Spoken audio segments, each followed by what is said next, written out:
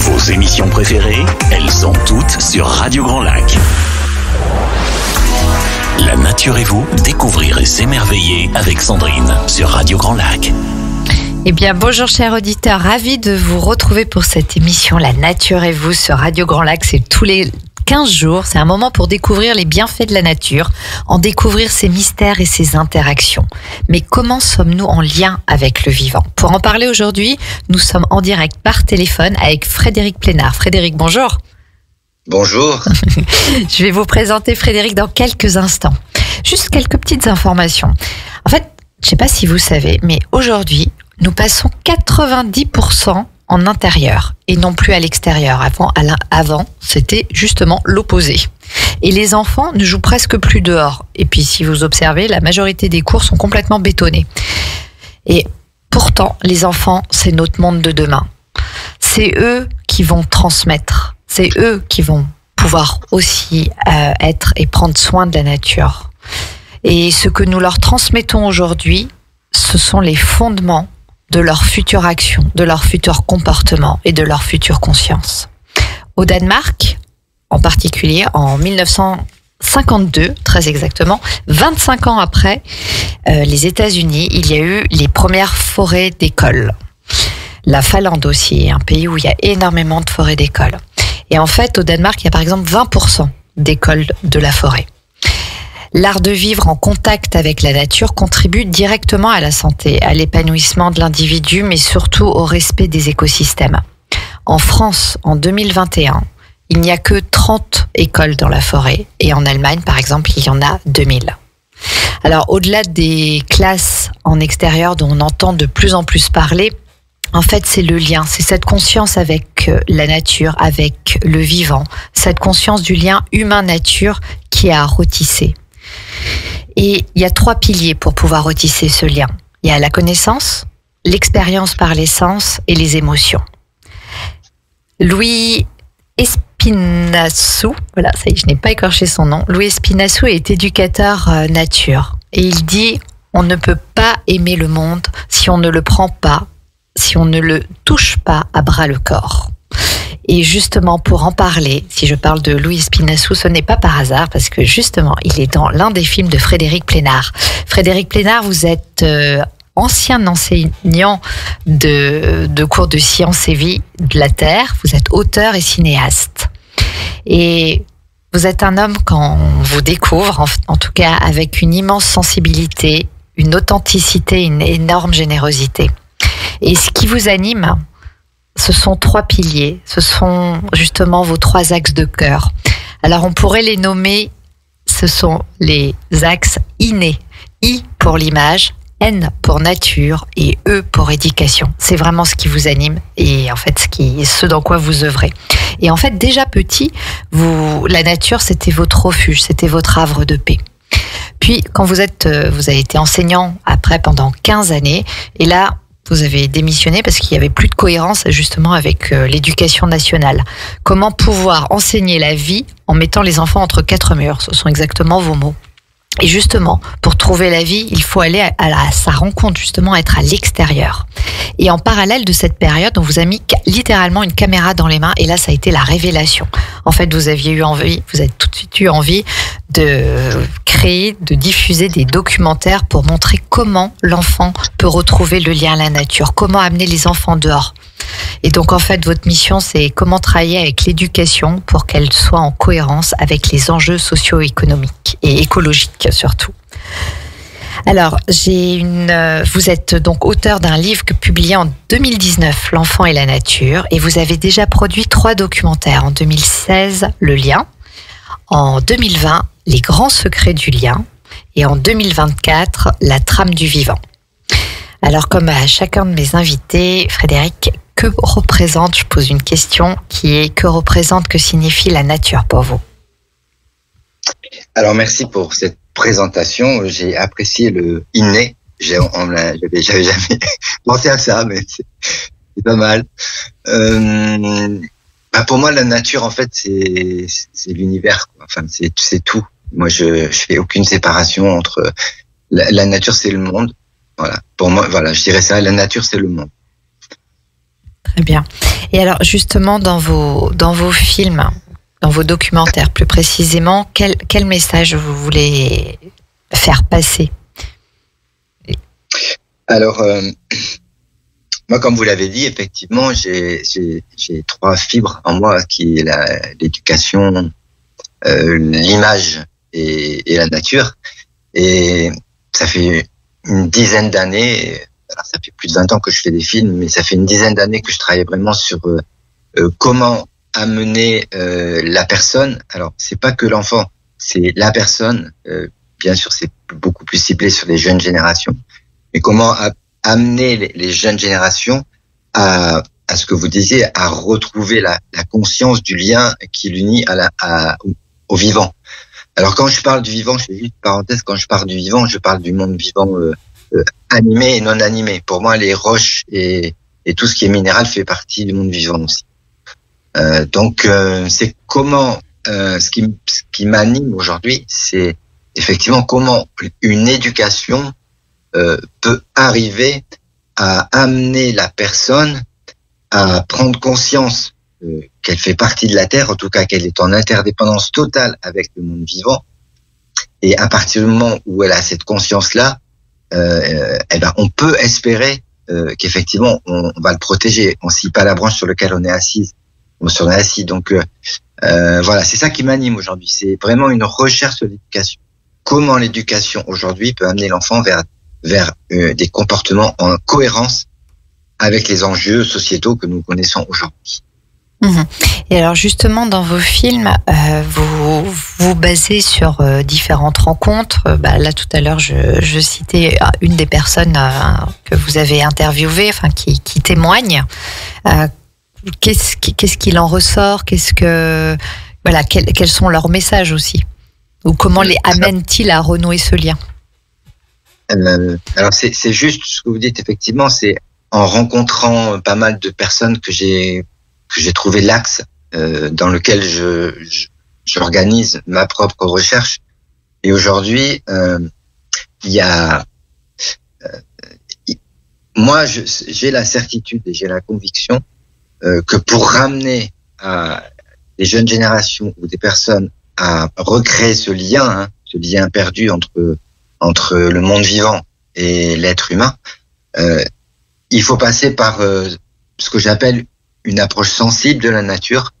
Et vous le disiez en introduction, c'est une approche qui associe la connaissance, qui associe l'expérience sensorielle, le toucher, comme dit, vous avez cité Louis Espinassous, comme effectivement, c'est donc une éducation qui va associer la connaissance scientifique, qui va associer l'expérience, le toucher, le vécu, l'expérience sensorielle notamment. Et aussi, ce qui est très important, c'est que cette expérience sensorielle, c'est important qu'elle soit suivie d'une verbalisation. Alors ça peut être une verbalisation, ça peut être des mots, ça peut être des textes, mais ça peut être des dessins, ça peut être des danses, mais c'est important que ce qui a été vécu par nos sens soit à un moment donné exprimé et explicité. Voilà, c'est pour ça que en fait voilà. Donc il y a pour moi il y a 3 directions. Une éducation qui serait cohérente aujourd'hui avec les enjeux de la transition écologique, ce serait une éducation qui amène la personne à connaître, à vivre l'expérience et à parler de cette expérience. Et tout ça dans un climat éducatif respectueux et bienveillant. Pour moi, c'est ça l'éducation de demain. Et justement, comment ont été reçus vos films en fait, comment ça se passe? Vous les diffusez dans les écoles, vous allez dans les universités, c'est auprès des enseignants, des enfants. Comment vous transmettez tout ça? Alors, mes films, je les distribue par exemple Le Grand Secret du Lien a été distribué par une société de distribution, la trame du vivant et le lien, je les distribue moi-même. Mais en fait, ce serait bien que ce soit distribué, que ce soit vu par les enseignants, par l'éducation nationale, par toutes les personnes qui sont éducateurs parents, enseignants, animateurs des collectivités locales et territoriales qui soient engagés dans l'éducation, et ce serait bien que ces films puissent être diffusés auprès de tous ces acteurs. Mais c'est pas tâche facile, c'est pas chose facile. En fait, je diffuse mes films auprès du public que je trouve moi-même, et c'est aujourd'hui en France cette éducation ou ce travail sur l'éducation de la transition écologique, il est quasi inexistant. Il n'existe pas. Donc je n'ai pas d'ouverture en France par rapport à l'éducation nationale, par rapport même aux collectivités locales et territoriales. Il n'y a pas, vous voyez, il y a une offre et une demande. Et il n'y a pas la demande. Aujourd'hui, il n'y a pas une demande éducative. Comment on fait pour que notre éducation soit en cohérence avec la transition écologique? Cette demande, elle n'existe pas en France. Ou si peu. Voilà, moi j'ai une idée là-dessus, mais elle n'existe pas vraiment. Il n'y a pas un engagement, il n'y a pas un élan des politiques, des administrateurs, des élus, des administrations vers ça. Donc, mes films, ils sont distribués, comme on peut, quoi. Et donc peu distribuer. Bon, après, j'arrive à le montrer quand même. Par exemple, le Grand Secret du Lien, j'ai fait une 50aine de projections. Le Lien, j'ai fait une 100aine de projections. Et alors, justement, Frédéric, comment c'est réceptionné? Parce que bon, l'idée là, c'est de présenter votre film, donc tout ce que vous montrez pour renouer ce lien, l'importance des sens, etc. Comment sont réceptionnés vos films, et surtout, quelles sont les actions mises en place après le film? Parce que je pense que c'est aussi ça qui est important. Il y a un impact sur le moment. Ce qui est important, c'est l'impact aussi à moyen terme et donc à long terme après. Tout à fait. Alors moi, quand je vais projeter un film, je suis invité en général par des associations, par des mairies ou par des structures qui sont demandeuses du film et qui sont demandeuses de cet élan éducatif et de cette transformation éducative.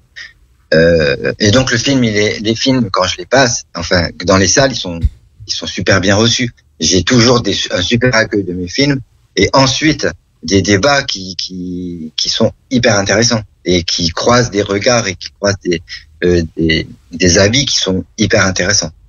Donc moi j'ai toujours dans le public que j'ai, c'est un public converti qui vient. Donc mes films ils sont vraiment bien reçus, et ça amène à des débats. Après, quant au projet qui suit derrière, moi je maîtrise pas exactement ce qui se passe derrière. Moi je sais parfois, par exemple, là je vais aller en Bretagne, et en Bretagne je sais qu'ils ont un projet derrière, et ce film va aider à engager le projet, va peut-être un point de démarrage pour faire discuter les gens, pour réunir les gens autour d'un projet en lien avec l'éducation et la nature. Mais voilà, donc moi je maîtrise pas tout ce qui se passe, mais ce que j'aime, en tout cas ce que je peux dire, c'est que je fais mes films, c'est pas la vocation de mes films, c'est pas de regarder un film, de repartir chez toi et puis de faire comme d'habitude, mais c'est vraiment moi ce que j'aime dans mes films, c'est quand je vais sur un territoire, que je présente le film et qu'il y a un projet derrière, et que ça peut susciter des rencontres. Moi, j'ai rien à apprendre aux gens. Je ne dis pas, j'arrive pas pour dire il faut faire ceci, il faut faire cela. Par contre, ce film, ça invite à la rencontre, et c'est de cette rencontre locale avec des ressources locales, des acteurs locaux, que va se faire la richesse du projet, en fait. Et moi, c'est ça la vocation de mes films. Et généralement, qu'est-ce qui marque le plus dans vos films? Qu'est-ce qui va interpeller le public? Alors évidemment, je peux que inviter les auditeurs à voir comment, je ne sais pas comment on peut découvrir vos films, mais qu'est-ce qui va marquer le plus, en fait? En fait, c'est une question. Enfin, je vais répondre par la dernière projection que j'ai faite, en fait. Il y avait une personne, alors vous allez pas vous attendre à ce que je vais dire, mais il y a une personne qui, j'ai montré ce film récemment à l'université de Bordeaux devant une 50aine d'étudiants en biologie. Et il y a une des étudiantes qui à la fin pendant le débat, elle a dit, mais moi, votre film, il me met en colère. Il me met en colère. Et je lui dis, c'est intéressant, je dis, pourquoi ce film vous met en colère? Elle me dit, parce que ce que vous dites, ce que vous montrez dans ce film, C'est-à-dire ramener les enfants dans la nature, ramener les enfants marcher pieds nus, toucher les arbres, grimper dans les arbres, faire des cabanes, observer le paysage, etc. C'est juste une évidence. C'est juste une évidence. Et je suis en colère parce qu'aujourd'hui, on est obligé de faire des films comme le vôtre qui le montrent très bien, alors que c'est une évidence qui devrait être acceptée par la société aujourd'hui. Donc ça, c'est un type de réaction. Je dis, mais vous avez parfaitement raison. Et les réactions, pour répondre à la question, c'est parfois j'ai des réactions, bon, c'est super, et ça rappelle aux gens cette importance d'aller dans la nature et de retoucher quand ils voient des images et des enfants, des jeunes qui font dans la nature, qui touchent les arbres, qui marchent pieds nus, qui se roulent dans l'air, etc. Et ben ça leur rappelle leur souvenir d'enfance, donc ça les interpelle. Et puis il y a ceux qui sont étonnés aussi. Ah oui, on peut faire ça. Je dis ben oui. Mais voilà quoi. D'accord. Ce que je veux dire par là, c'est que ce que je dis dans mes films, c'est juste quelque chose qu'on sait depuis des années et des années, que c'est une évidence et que il serait temps de la mettre en pratique, quoi. On a besoin de le revoir et de le réentendre. Je vous propose qu'on se retrouve après cette pause musicale et à tout de suite. Au cœur de la vie locale, à Aix-les-Bains, Chambéry et autour du lac du Bourget, Radio Grand Lac. La nature et vous, découvrir et s'émerveiller avec Sandrine sur Radio Grand Lac. Et bien voilà, on se retrouve en direct avec Frédéric Plénard qui est au téléphone et qui est cinéaste, auteur et enfin c'est un ancien professeur de sciences et vie de la Terre. Et il a proposé 3 documentaires. Il a créé 3 documentaires. Le lien.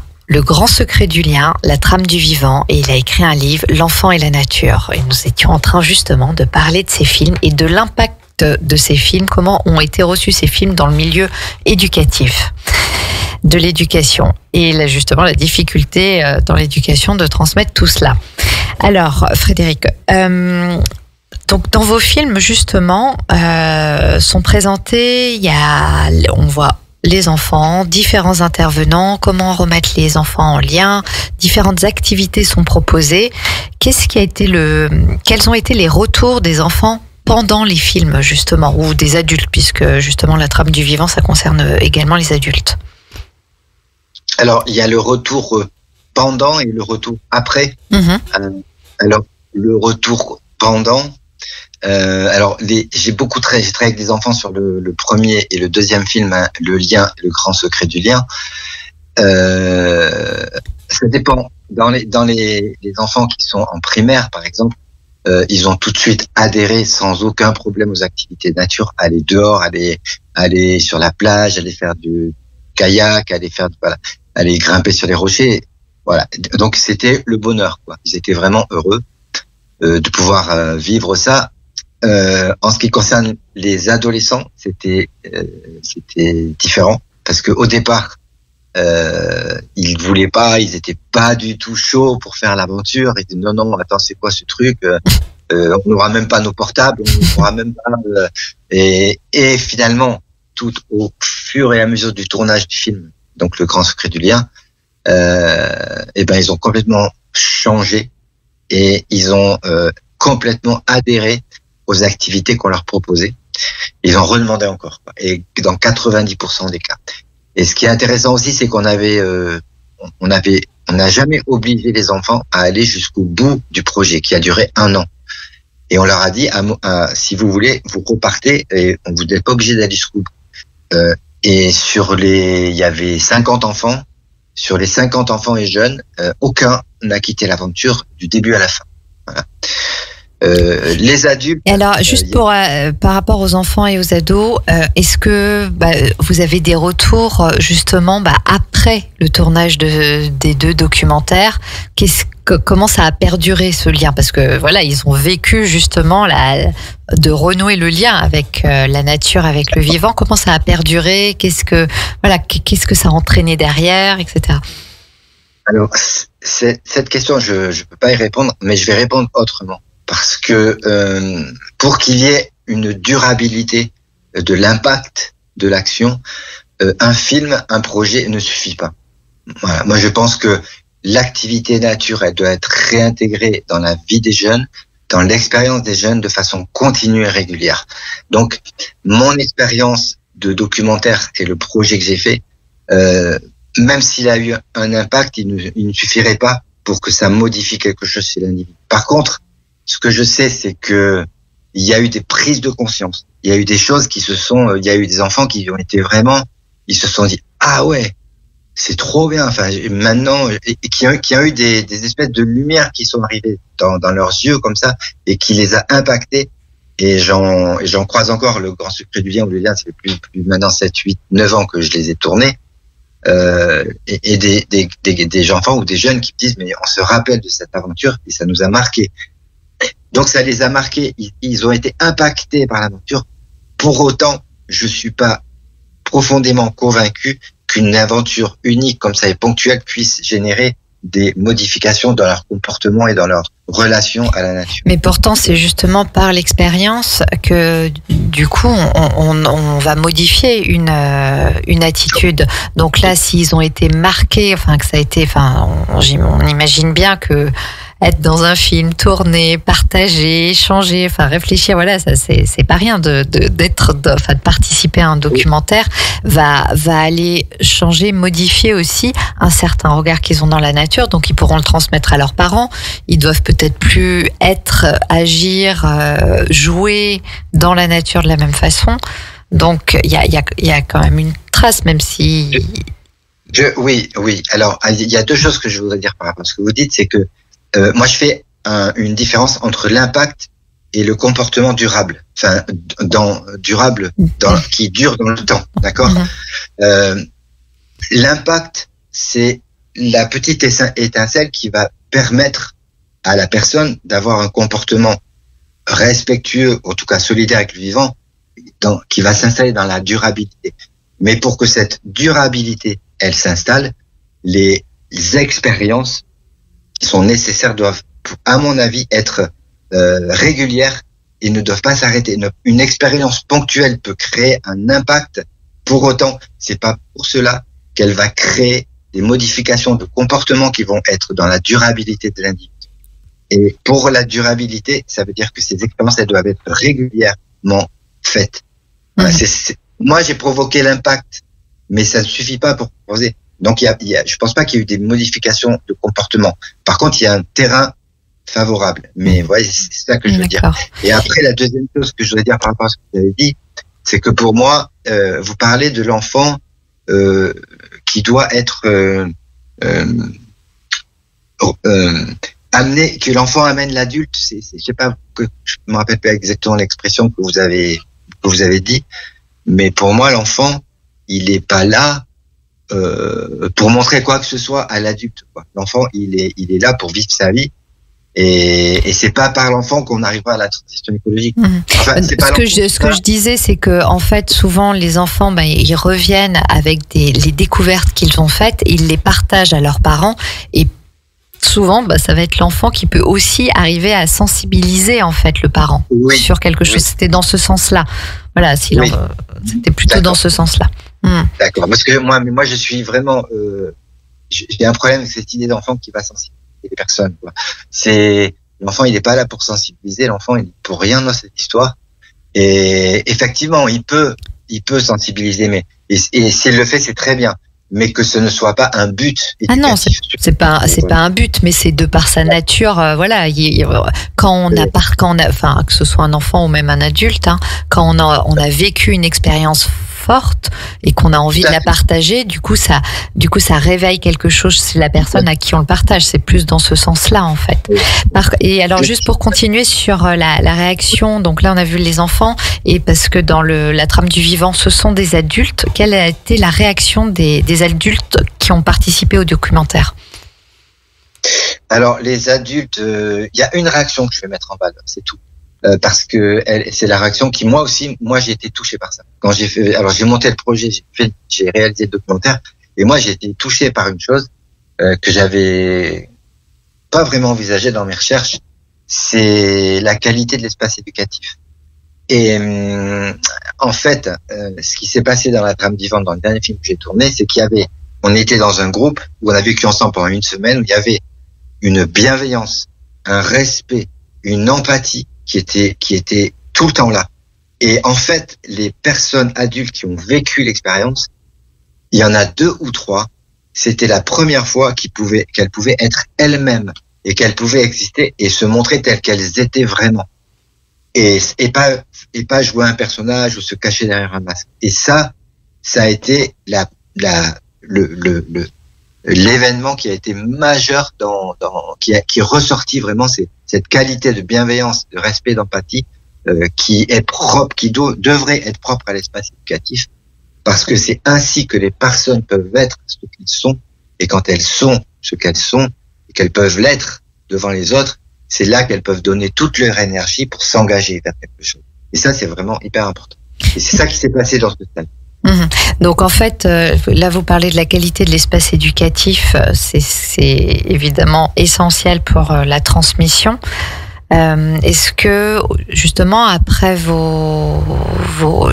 d'avoir visionné vos documentaires auprès peut-être des enseignants aussi, vous le transmettez, est-ce qu'il y a des échanges, des discussions, des mises en place de quelque chose justement dans l'espace éducatif pour générer, ça devrait être, j'allais dire inné pour reprendre le terme que j'utilisais au début, mais bon, c'est plus trop forcément tout le temps inné. Est-ce qu'il y a quelque chose qui se passe justement auprès des enseignants? Alors l'idée du film, hein, c'est ce que je disais tout à l'heure, c'est qu'il se passe quelque chose vraiment. Après, nous, on n'est pas maître de ce qui se passe vraiment, c'est tellement propre à l'endroit, à l'espace, au lieu, au local, à la localité mais vraiment, l'idée de ce film, c'est d'interroger, c'est une entrée en matière. On dit voilà ce qu'on peut faire et voilà ce que ça donne quand on offre à la personne un espace éducatif bienveillant, empathique et respectueux d'elle-même, qu'on l'amène à vivre des connaissances tout en faisant l'expérience de la nature et en parlant. Voilà ce qui peut se passer. Et après, ça génère des échanges, ça génère des questions, ça génère des débats.